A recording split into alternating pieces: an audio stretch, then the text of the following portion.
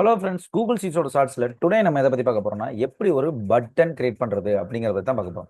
So button create பண்ணுறதுக்கு நான் முதல்ல ஒரு கூகுள் ஷீட்ஸ் என்னோட கூகுள் ஷீட்ஸில் இன்சர்ட்டில் போயிட்டு டிராயிங்னு ஒரு ஆப்ஷன் இருக்கும்.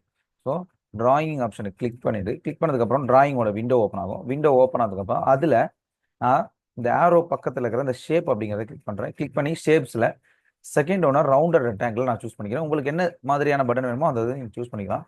சூஸ் பண்ணிட்டு நான் ரவுண்டட் ரெக்டாங்கிளை நான் ட்ரா பண்ணிக்கிறேன். ட்ரா பண்ணதுக்கப்புறம் இதோட கலரை நான் இங்கே டிஃபைன் பண்ணிக்கிறேன். என்ன கலர் வேணுங்கிறது நான் எல்லோ கலர் கொடுத்துக்கிறேன். கொடுத்ததுக்கப்புறம் இதில் டெக்ஸ்ட் எழுதிக்கிறேன். என்டர்னு கொடுக்குறேன்.